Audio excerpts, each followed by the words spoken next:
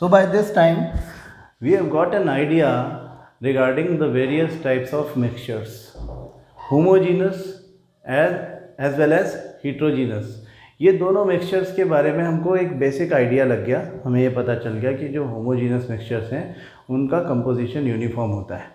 हाँ, और क्योंकि उनका कंपोजिशन यूनिफॉर्म होता है तो इस वजह से उनके कंस्टिट्यूएंट्स जो होते हैं, उनके कंपोनेंट्स जो होते हैं वो अलग अलग आइडेंटिफाई नहीं किए जा सकते, इसलिए हम कहते हैं कि वो सिंगल फेज़ में होते हैं। सिंगल फेज़ में होते हैं तो फिर अलग अलग आइडेंटिफाई नहीं किए जा सकते। हीट्रोजीनस मिक्सचर्स जो होते हैं उनमें हमेशा दो फेज होते हैं। एक को हम कहते हैं कि डिस्पर्स फेज, दूसरा मीडियम है। एक मीडियम में एक दूसरा डिस्पर्स्ड फेज डिस्पर्स्ड है। ये कोलॉइड्स में भी होगा और ऐसा सस्पेंशंस में भी होगा। अब हमने तीनों को हेड टू हेड कंपेयर भी कर लिया और हमें जो सबसे फंडामेंटल बात समझ में आई तीनों के बीच के डिफरेंसेस की, वो ये कि तीनों के पार्टिकल साइजेस जो होते हैं उनमें एक बिल्कुल मार्क्ड डिफरेंस होता है। यानी कि जो होमोजीनस मिक्सचर्स हो गए, जो सॉल्यूशंस होंगे, वो सॉल्यूशंस के पार्टिकल साइज यानी सॉल्यूट पार्टिकल साइज हमेशा लेस देन 1 नैनोमीटर होंगे। ठीक है।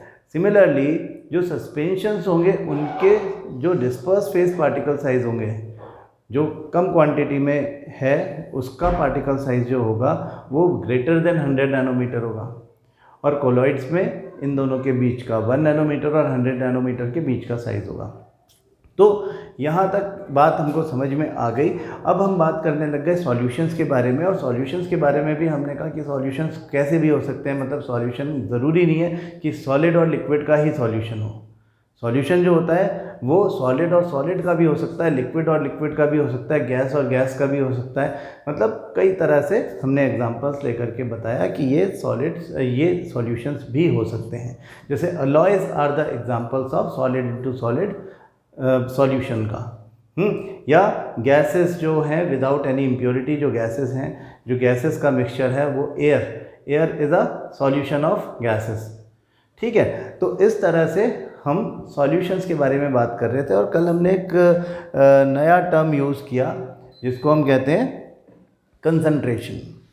हमने कहा कि एक सॉल्यूशन हमेशा दो कंस्टिट्यूएंट से मिलकर के बना होगा कम से कम, जिसमें से एक सॉल्यूट होगा और एक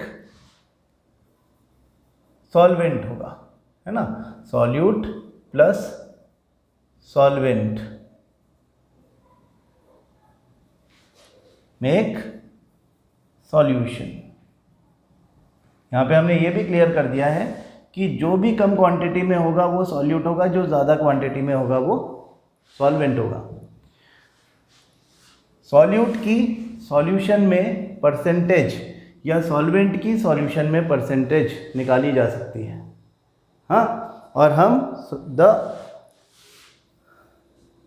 परसेंटेज ऑफ सॉल्यूट या अमाउंट ऑफ सॉल्यूट इन, या तो आप ऐसे कहें कि amount of solute in a given solution, given amount of solution, that is concentration, और the percentage of solute in a solution, तो उसको हम बोलते हैं, या तो हम बोलते हैं mass to mass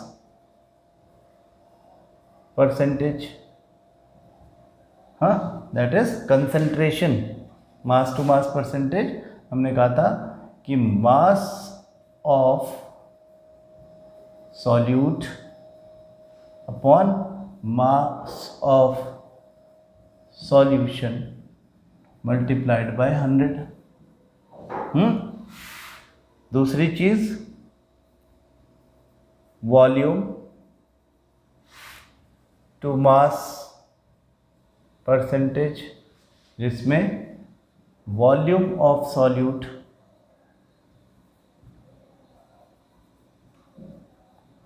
upon mass of solution into 100, या फिर वॉल्यूम टू वॉल्यूम परसेंटेज, जिसको हम क्या बोलते हैं, volume of solute divided by volume of solution multiplied by 100। ये सब फार्मूला जो हैं ये कंसंट्रेशन के फार्मूला हैं जो हमने कल बात की थी, और इस तरह का न्यूमेरिकल हमारे एग्ज़ाम में आ सकता है।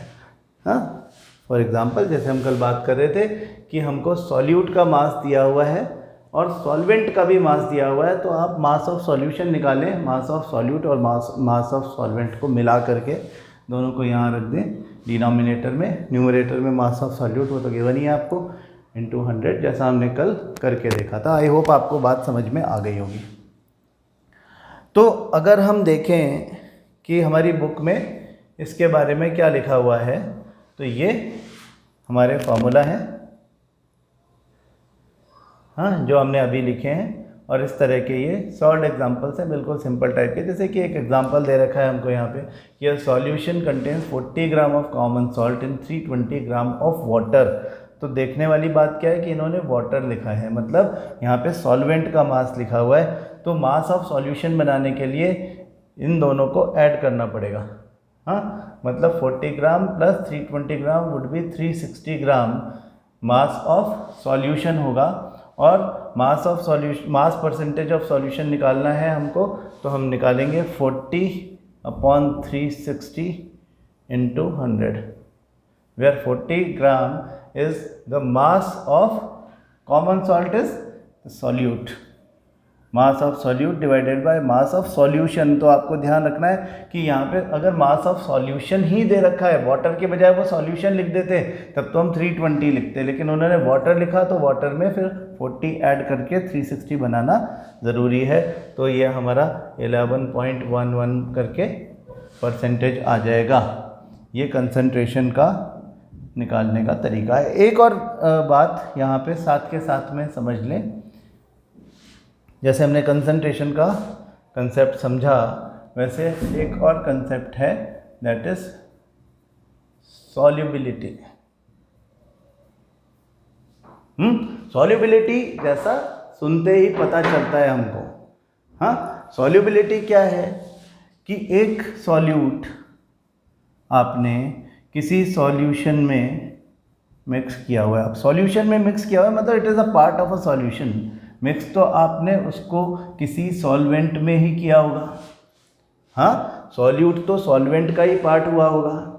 तो जब सॉल्यूट और सॉल्वेंट मिल गए तो सॉल्यूशन बन गया। किसी भी सॉल्वेंट में कोई solute at a given temperature एक मैक्सिमम अमाउंट से ज़्यादा डिज़ोल्व नहीं हो सकता। हाँ, in a given quantity of solvent, एक given quantity of solute at a given temperature dissolve होती है, वो उसकी मैक्सिमम लिमिट है। ऐसा क्यों होगा? ऐसा इसलिए होगा क्योंकि हम जब डिज़ोल्विंग समथिंग वाला कंसेप्ट पकड़ते हैं तो आप सोचो कि उसमें हम क्या बात करते थे। शुरू में जब हमने मैटर इन आवर सराउंडिंग्स पढ़ा था तो हम कहते थे कि भाई जो सॉल्वेंट होता है, जैसे वाटर एक सॉल्वेंट है, तो सॉल्वेंट के पार्टिकल्स के या मॉलिक्यूल्स के बीच में कुछ गैप रह जाती है, कुछ इंटरमॉलिक्यूलर स्पेसेस होते हैं, और जो सॉल्यूट होता है उसके पार्टिकल्स इंटरमॉलिक्यूलर स्पेसेस में जाके एडजस्ट हो जाते हैं। इस तरह से सॉल्यूशन बनता है, चाहे किसी का भी सॉल्यूशन हो ऐसे ही बनेगा। ठीक है, तो यहाँ पर ये बात आई कि अगर ये इंटरमॉलिक्यूलर स्पेसेस सारे के सारे ऑक्यूपाई हो गए तो, और ज़्यादा अगर उसके बाद हमने सॉल्यूट डाला तो उस सॉल्यूट का क्या होगा? हाँ, without changing temperature at a given temperature, अगर आप किसी लिक्विड, किसी सॉल्वेंट में कोई सॉल्यूट डालते हो तो आफ्टर अ सर्टेन लिमिट उसमें वो डिज़ोल्व होना बंद हो जाएगा।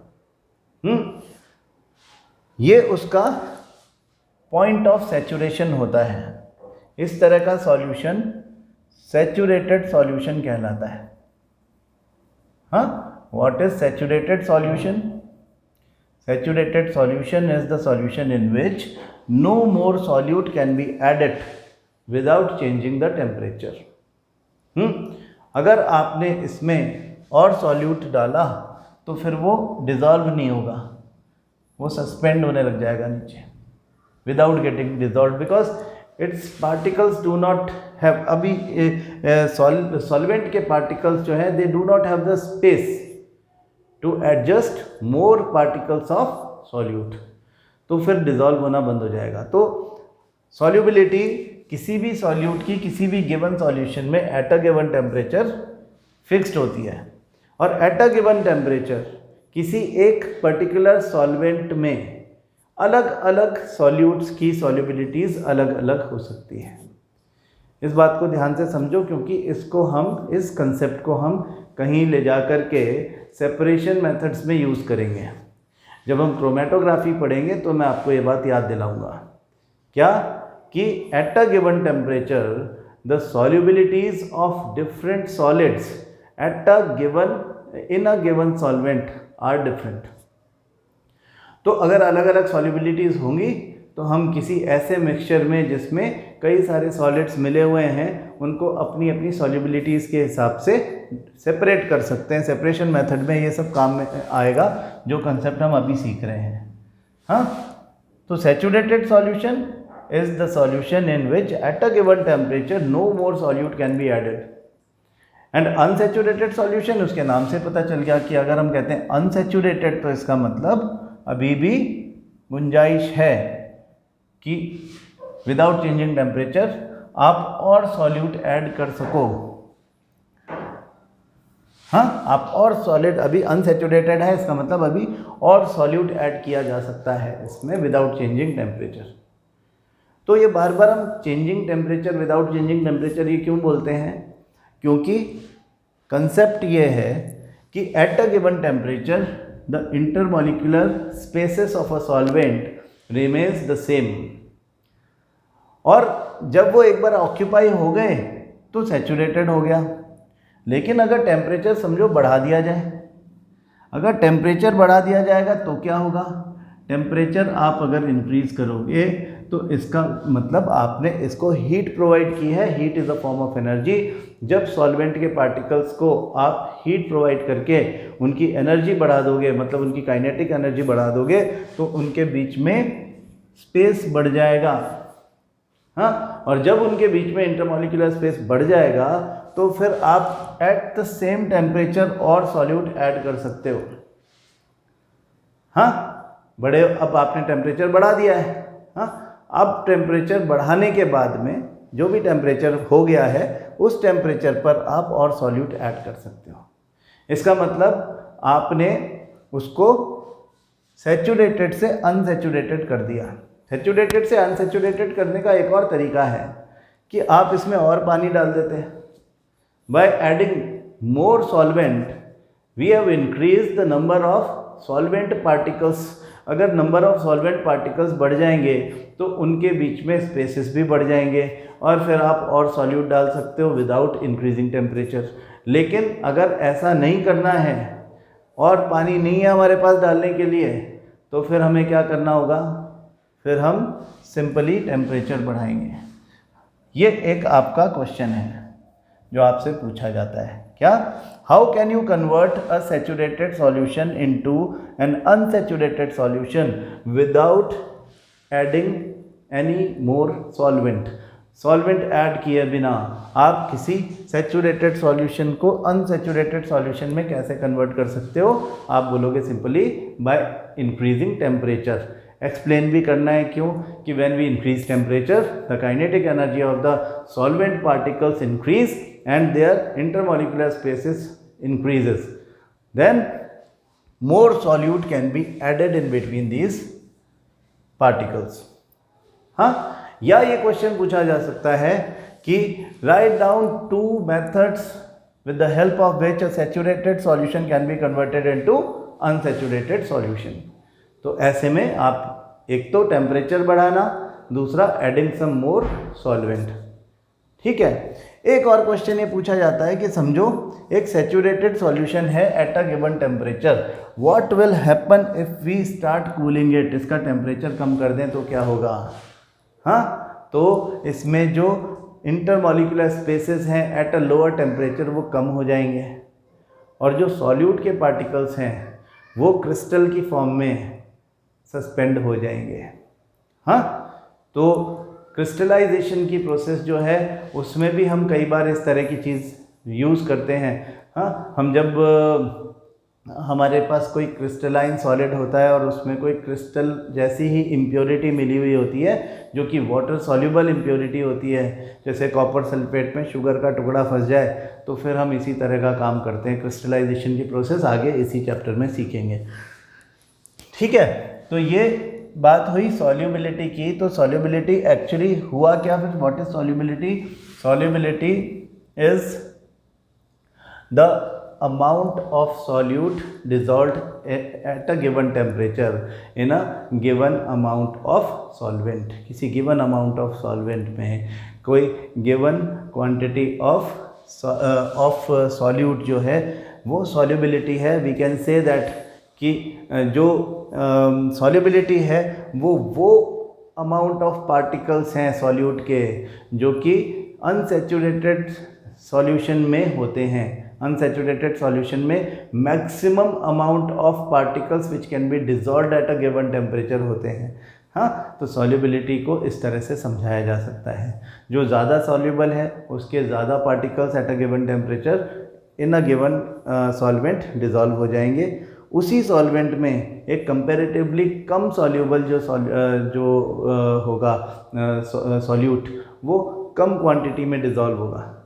हाँ, तो solubility is very important aspect, एक बहुत इंपॉर्टेंट फिजिकल प्रॉपर्टी है जो कि हम सभी सब्सटेंसेस के बारे में जानना चाहते हैं, जो जनरली जो हमको सॉलिड फॉर्म में मिलते हैं। तो इस तरीके से हमारा जो सॉल्यूशन वाला आइडिया है वो कंप्लीट होता है। हमने सॉल्यूशन के लिए कहा कि solutions are the homogeneous mixtures. They have the particle size, solute particle size less than 1 nanometer. They are so small that they cannot be seen with the help of a compound microscope also. Number 4, they are non-filtrable, मतलब their constituent particles cannot be separated from each other with the help of a filter paper. They are non-filtrable.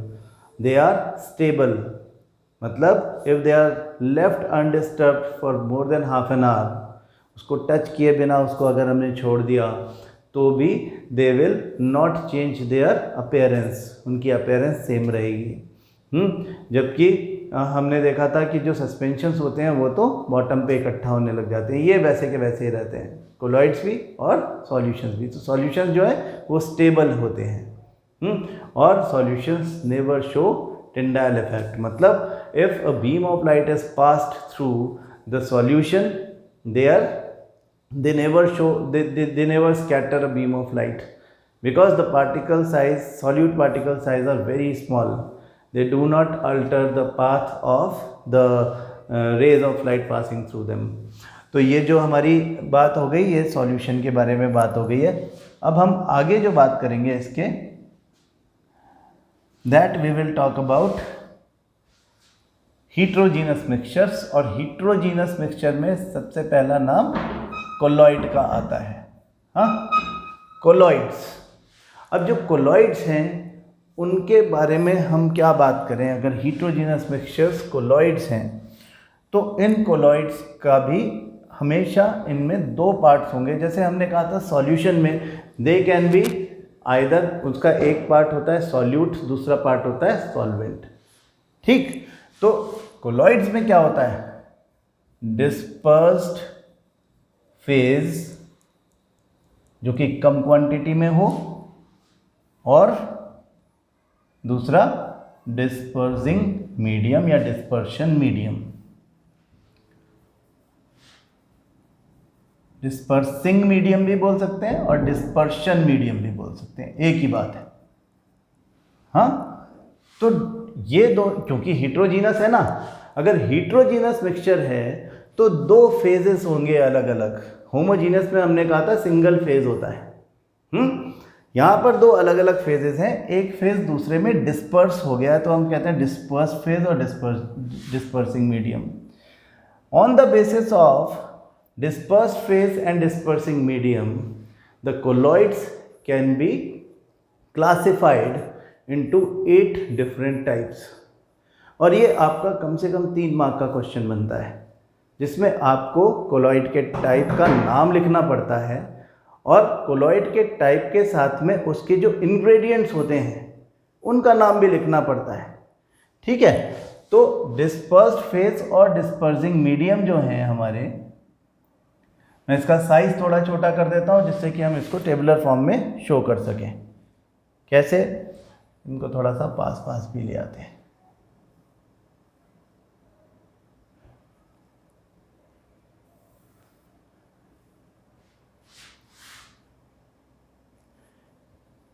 तो क्या करेंगे अपन कि यहाँ पर एक table बनाएंगे और इस टेबल में हम डिफरेंट टाइप्स ऑफ कोलॉइड का नाम लिखेंगे। जितने भी कोलॉइड्स हैं जिनको हम जानते हैं उन सब के बारे में हम लिखेंगे यहाँ पे।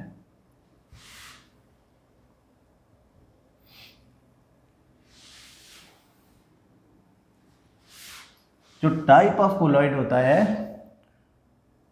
It depends upon the various types of dispersed phases and dispersion medium, मतलब उनके कंस्टिट्यूएंट्स जिनसे मिलकर के वो बना हो। ठीक है, तो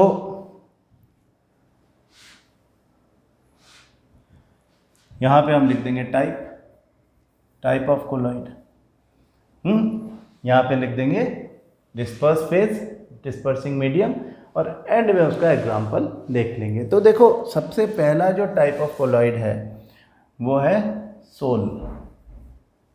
हाँ, sol is a colloid of solid dispersed into liquid, यानी कि लिक्विड मीडियम में जब सॉलिड पार्टिकल्स डिस्पर्स्ड होते हैं तो सोल बनता है। हाँ, sol is the first type of colloid. कई बार कोलॉइड्स को सोल ही बोलते हैं, लेकिन हम नहीं बोलते हैं। कुछ बुक्स में आपको ऐसा दिख सकता है कभी, या इंटरनेट पे आप ढूंढने लगो तो आपको लग सकता है कि sol is a synonym of colloids. ये बड़ा कॉमन है। और जैसा मैं आपको एग्जांपल दे रहा था कि एक इंक को आप पोटेशियम परमैंगनेट के सॉल्यूशन के साथ में कंपेयर करोगे तो ये विल नेवर मेक आउट कि दोनों में से, मतलब सिर्फ देखने से हमें पता नहीं चलेगा कि दोनों में से कौन सॉल्यूशन है और कौन कोलॉइड है।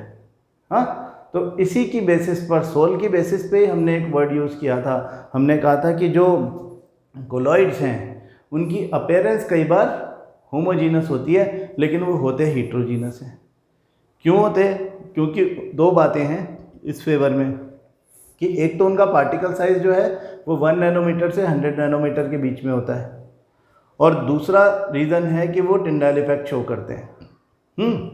अगर आप कोलॉइड एज अ होल बात करो और कंपेयर करो उसको सॉल्यूशन से, तो हमने एक टेबल देखी थी जिसमें हमने कहा था कि जो कोलॉइड्स होते हैं वो हीट्रोजीनस हैं, particle size is between 1 nanometer to 100 nanometer, can be seen under a compound microscope. Microscope की हेल्प से हम उनको देख सकते हैं, पार्टिकल साइज इतने बड़े अब हो जाते हैं। हाँ, they are not filterable, they are also stable like solutions, but they always show tyndall effect। ऐसा हो नहीं सकता कोई कोलॉइड जो tyndall effect शो ना करे, यानी they always scatter a beam of light passing through it। तो यहाँ पर सॉलिड और लिक्विड का ये एग्जाम्पल अगर हम इंक की फॉर्म में देखें, ये आपने देखा होगा इंक। हाँ, 1 to 100 नैनोमीटर का एक नैनोमीटर का सॉल्वेंट या डिस्पर्स फेज अगर लिक्विड में मिक्स हो तो वो इतना अच्छे से मिक्स हो जाता है कि ऐसा लगता है सॉल्यूशन ही है। This is milk of magnesia.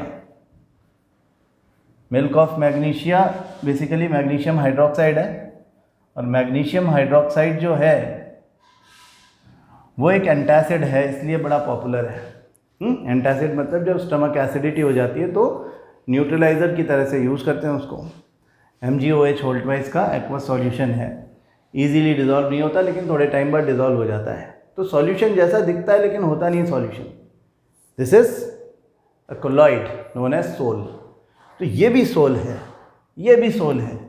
हाँ, ये आपको देखने में सॉल्यूशन जैसे दिख सकते हैं, लेकिन ये सॉल्यूशन है नहीं। तो पहली बात हो गई सोल की। अब सोल के जैसे ही एक और बात आती है सॉलिड सोल।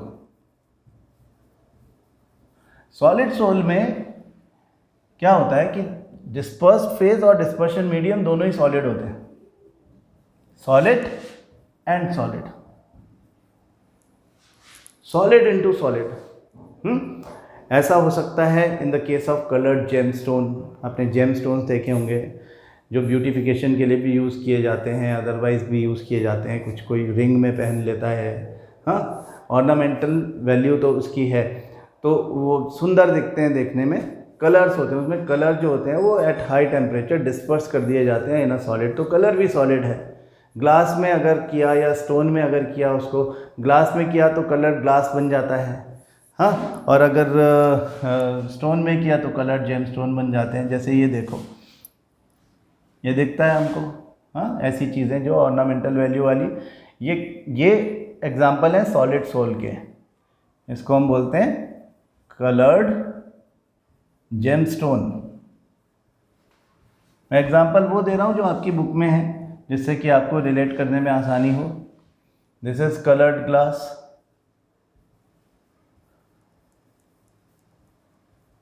हाँ, कलर्ड ग्लास को कभी कभी मिल्की ग्लास भी बोलते हैं, है ना। ये ट्रांसल्यूसेंट ग्लास होता है, ट्रांसपेरेंट नहीं होता। इसमें कलर मिक्स कर दिया गया है तो कलर्ड ग्लास बन गया, अच्छा दिखता है देखने में।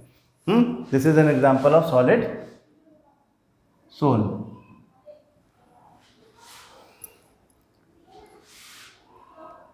अब बात आती है एरोसोल की। एरोसोल नाम आपने शायद सुना हो पहले। दो तरह के एरोसोल होते हैं, तो इसलिए हम दो अलग अलग कैटेगरी में रखते हैं इनको। एरोसोल्स जो होते हैं उनमें याद रखो कि जो डिस्पर्शन मीडियम होता है वो हमेशा गैस होता है। एरोसोल मतलब मीडियम गैस हो, और उनमें जो डिस्पर्स फेज है वो सॉलिड भी हो सकता है, लिक्विड भी हो सकता है। यानी एक जगह पे तो सॉलिड जो है वो गैस में ट्रैप्ड है ना, सॉलिड के पार्टिकल्स गैस के अंदर डिस्पर्स हो गए हैं। जैसे कि ऑटोमोबाइल एग्जॉस्ट, काला काला धुआं निकलता हुआ देखा होगा आपने, फैक्ट्रीज में से इंडस्ट्रियल एग्जॉस्ट जिसको बोलते हैं आपने देखा होगा, वो सब एग्जांपल्स हैं एरोसोल के। ऐसा एरोसोल जिसमें डिस्पर्स्ड फेज सॉलिड हो और डिस्पर्सिंग मीडियम गैस हो। सॉलिड इनटू गैस, धुआं, स्मोक। लेकिन हमेशा स्मोक हो ये ज़रूरी नहीं है, कभी कभी लिक्विड भी गैस में, एयर में ट्रैप हो जाता है, हाँ, फॉग, क्लाउड, देखा है ना हमने ये सब। क्लाउड है ना, आपने देखा है क्लाउड, तो सबको पता है। फॉग भी सबने देखा ही है मेरे ख्याल से, है ना, सर्दी के दिन में सबने देखा होगा ना। ये क्या है, ये सब जगह लिक्विड एयर में ट्रैप हो गया है। तो ये एरोसोल का एक टाइप है, और दूसरा हम कह रहे थे जो पॉल्यूशन, ऑटोमोबाइल एग्जॉस्ट, हाँ, automobile exhaust, industrial exhaust, these are the examples of the aerosol number 1, जिसमें हम कह रहे हैं सॉलिड इनटू गैस, है ना। तो ये these all are the examples of aerosol. दो अलग अलग तरह के एरोसोल दिखाए हैं हमने, है ना। आपकी बुक में भी ऐसा ही दिखेगा आपको। चलो हम थोड़ा सा एक्सटेंड कर देते हैं इसको ऐसे, जिससे कि और भी ज़्यादा बड़ी टेबल बन सके। अब क्या होता है कि एक एग्जाम्पल आता है हमारा इमल्शंस का। इमल्शन जैसे कि हमारा मिल्क होता है, जैसे कि फेस क्रीम होती है, liquid into liquid, liquid into liquid, दोनों लिक्विड है, हाँ। जैसे आपका मिल्क जो है, आपको तो लगता है सॉल्यूशन होगा, लेकिन मिल्क में प्रोटीन्स हो सकते हैं, मिल्क में फैट हो सकता है, और वो सब लिक्विफाइड है, तो इस वजह से वो लिक्विड ही दिखता है, सॉल्यूशन जैसा दिखता है और बिल्कुल यूनिफॉर्मली डिस्ट्रीब्यूटेड दिखता है। ऐसा लगता है कि ये तो होमोजीनस है, लेकिन होमोजीनस नहीं होता। हाँ, तो these are the examples of milk is the example of, या आपका जो फेस क्रीम है that is the example of emulsion.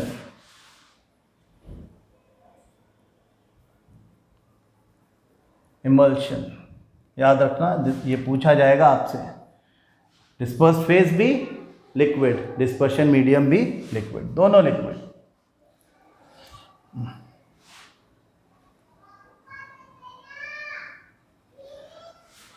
अच्छा, फिर और क्या, फिर एक एग्जांपल हमारा होता है फोम।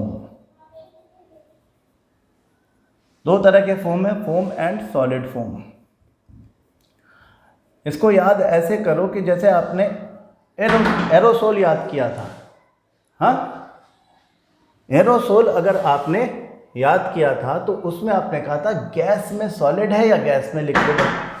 हाँ, अब अगर आप फोम और सॉलिड फोम की बात कर रहे हो तो इसका उल्टा हो जाएगा। यहाँ पे जो फेज है हमारा डिस्पर्स फेज, वो यहाँ भी गैस, यहाँ भी गैस, दोनों जगह पर गैस जो है वो डिस्पर्स फेज होगा, और यहाँ पर एक जगह सॉलिड होगा, एक जगह लिक्विड होगा। ठीक है, तो जब गैस और सॉलिड का मिक्सचर होगा तो फोम बनेगा।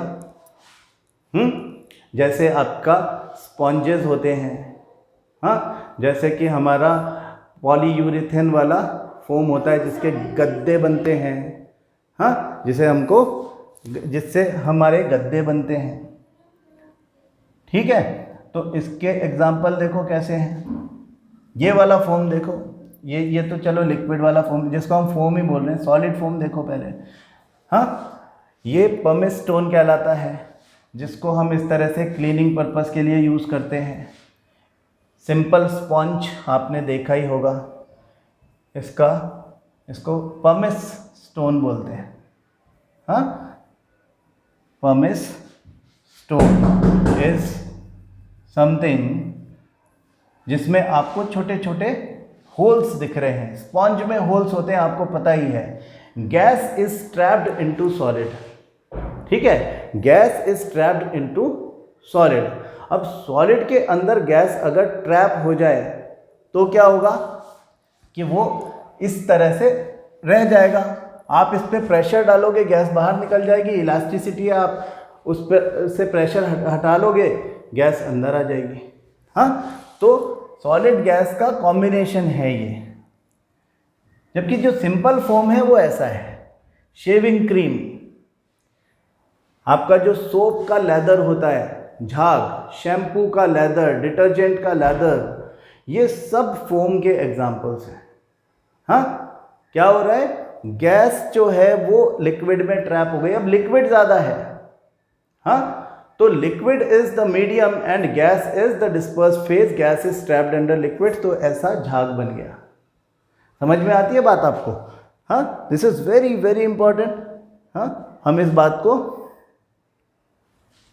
इस तरह से लिखते हैं, फोम गैस इनटू लिक्विड, मतलब gas is trapped under liquid and मैंने यहाँ पे ये उल्टा लिख दिया है। हाँ, इसको ठीक कर लेते हैं। यहाँ पे लिख दो लिक्विड, यहाँ पे लिख दो solid. Gas into liquid is the foam and gas into solid is solid foam. अब एक चीज बचती है केवल, दैट इज जेल। सोल याद करो, सोल में हमने कहा था सॉलिड इनटू लिक्विड। जेल में हम लिखेंगे लिक्विड इनटू सॉलिड। हाँ, सॉलिड में लिक्विड के पार्टिकल्स डिस्पर्स हो जाएं। जैसे आपका बटर केक होता है, जैसे जेली होती है, मैं दिखाता हूं आपको।